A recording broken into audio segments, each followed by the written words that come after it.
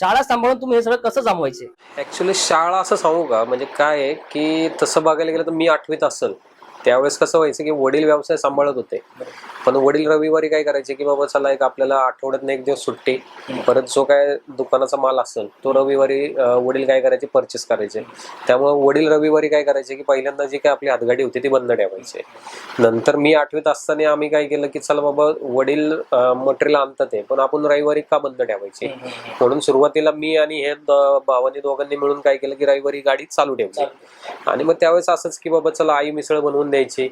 मग त्यावेळेस कसं व्हायचं की ती हातगाडी आम्ही कर्वेनगरवरनं नळस्टॉप पर्यंत 3.5-4 किलोमीटर काय असेल ते आम्ही ढकलायचो.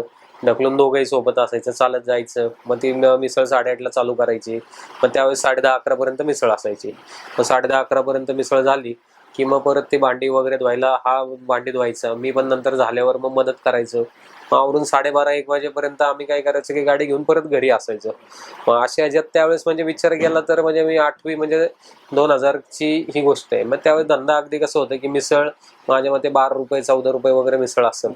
तर त्यावेळेस धंदा विचार केला तर एक अगदी 300-400 रुपयाच्या घरात धंदा असेल. मग आम्ही काय करायचो त्यातले थोडे पैसे जे मटेरियलचे असेल ते आईकडे देऊन टाकायचं. आणि आम्ही काय केलं, एक छोटी बिशी लावली होती.